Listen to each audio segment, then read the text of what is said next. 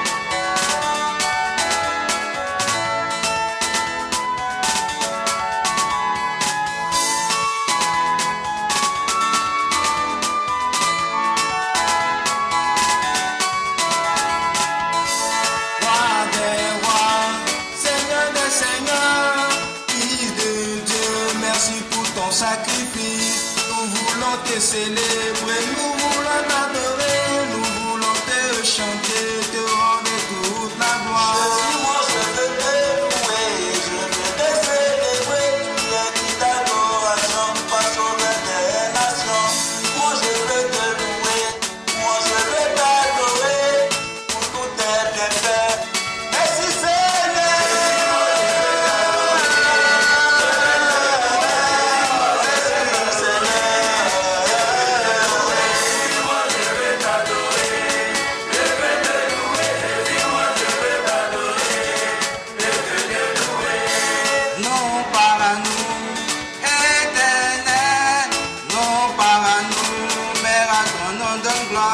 À cause de ton œuvre, de ta fidélité, à cause de ta grâce et de ton amour, tes œuvres sont grandes et admirables. Seigneur Jésus, Dieu tout-puissant, tes voies sont justes et véritables, roi des nations qui ne craindrait ton nom.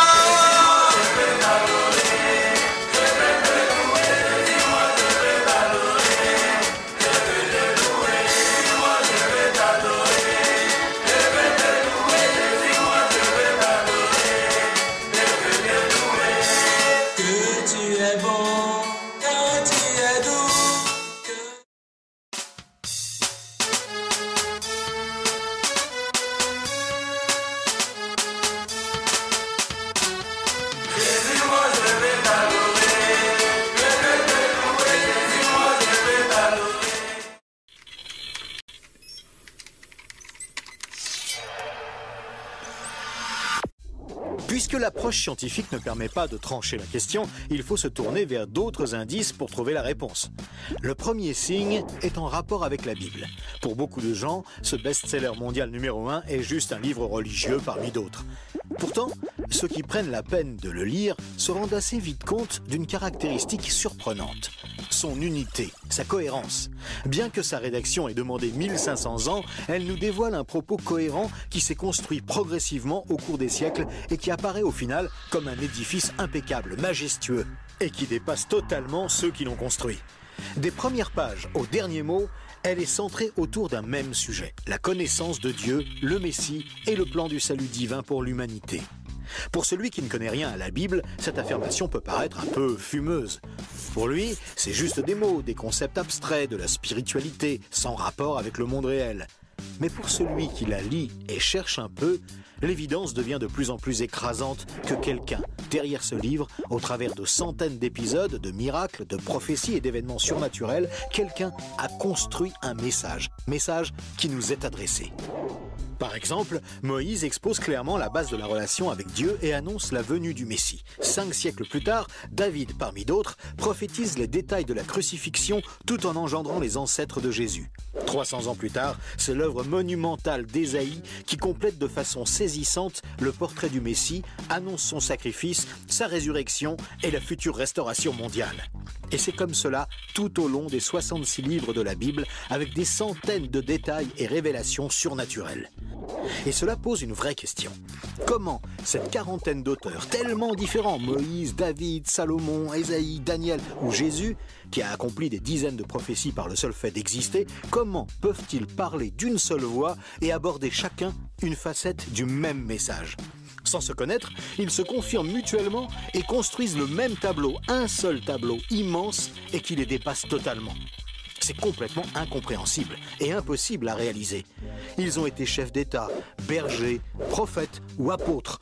Ils ne se sont jamais connus, ont vécu à des siècles d'écart et sont pourtant en parfaite unité, centrés exactement autour du même sujet.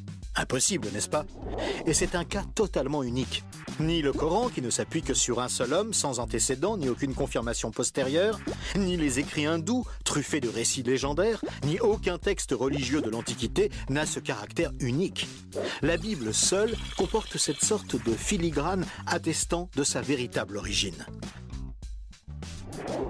Le second signe est lui aussi au cœur des passions les plus extrêmes. Il s'agit du peuple juif. Étrangement, le simple fait de parler d'Israël déchaîne des réactions quasi irrationnelles. Certains veulent son extermination, alors que d'autres le voient comme le paradis sur terre. Mais si on veut bien rester calme et juste considérer les faits, l'histoire, il y a pourtant de quoi s'interroger sérieusement. Comment ce peuple, haï depuis toujours, déporté une première fois, puis revenu sur sa terre il y a 24 siècles, puis déporté à nouveau et dispersé dans le monde entier pendant 17 siècles, comment a-t-il pu survivre? Et comment est-il demeuré un peuple distinct? Aucun autre peuple n'a jamais connu une telle trajectoire, défiant toutes les lois historiques. Comment a-t-il pu reformer un État et même se remettre à parler son ancienne langue? Ça n'est jamais arrivé à aucun autre peuple. Il y a 25 siècles, le prophète Ésaïe posait une question étrange. Un pays peut-il naître en un jour?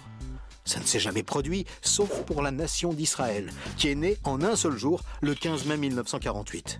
Et cela, à peine 3 ans après la fin de la guerre et la solution finale mise sur pied par Hitler pour les exterminer. Et ce n'est pas tout. Le lendemain, Israël était attaqué par les armées de 4 pays arabes supérieurs en nombre et en armement, et il a pourtant gagné la guerre. Des soldats ont même raconté avoir assisté à des interventions surnaturelles. Étrange, non? Par la suite, malgré le rideau de fer, des milliers ont émigré de l'ex-URSS, accomplissant une antique prophétie qui mentionnait le retour des Juifs depuis le pays du Nord. Si on considère sa contribution à la science, les Juifs ont remporté 20% des prix Nobel, alors qu'ils ne sont que 0,2% de la population mondiale. Comment est-ce possible? 150 ans avant, ce n'était qu'un pays désolé, entièrement livré à la mauvaise herbe. Et aujourd'hui, on en parle comme d'un miracle d'agriculture. Ésaïe avait prédit que même le désert refleurirait. Et on trouve aujourd'hui des cultures jusque dans le Negev. Interrogé par le roi de Prusse, Frédéric II, qui lui demandait une preuve de l'existence de Dieu, son chapelain lui avait répondu « Les Juifs, sire, les Juifs ». Et d'où vient la première religion mondiale? De Jésus, un juif, dont l'enseignement, la mort et la résurrection continuent à impacter en profondeur la société humaine. Évidemment, ce peuple est loin d'être un modèle, et il a souvent sombré dans la corruption. Mais la Bible déclare que Dieu en a fait un signe parmi les nations. Qui pourrait dire le contraire? Pour terminer ce bref survol, une considération d'ordre moral. Encore un sujet tabou et pourtant... La Bible présente le bien et le mal comme des valeurs absolues, des valeurs extérieures à l'homme, qui les perçoit cependant par le moyen de sa conscience. Au contraire, la vision matérialiste de l'homme affirme que le bien et le mal sont des notions culturelles, relatives, résultant d'un long processus évolutif de l'être humain. Pourtant, tout le monde considère certaines valeurs morales comme supérieures à tout le reste. Par exemple, violer une petite fille, massacrer des bébés, commettre un génocide ou laisser quelqu'un mourir de faim sont considérés comme cruels et inacceptables. Même si certains tortionnaires ont affirmé qu'ils n'y voyaient rien d'immoral, nous pensons qu'ils n'avaient pas le droit de faire ça. Mais pourquoi le pensons-nous? Pourquoi pensons-nous que certains préceptes moraux sont supérieurs? D'où vient ce sentiment qu'il existe, en dehors de nous, des normes morales supérieures, des normes indépendantes de nous, puisque nous nous sentons nous-mêmes jugés par ces exigences morales? Étrange, non? Nous avons parfaitement conscience d'être imparfaits. Nous pensons que l'humanité est détraquée, mais par rapport à quoi? Ce sentiment de culpabilité contredit d'ailleurs la théorie de l'évolution et son hypothétique lutte pour la survie. Et pourquoi l'homme aspire-t-il au merveilleux, au paradis, quelle que soit sa culture? D'où vient ce sentiment intérieur qui fait exactement écho au récit biblique? Cette conscience, issue de nulle part et en parfait accord avec la Bible, constitue encore un autre signe tangible, bien difficile à nier.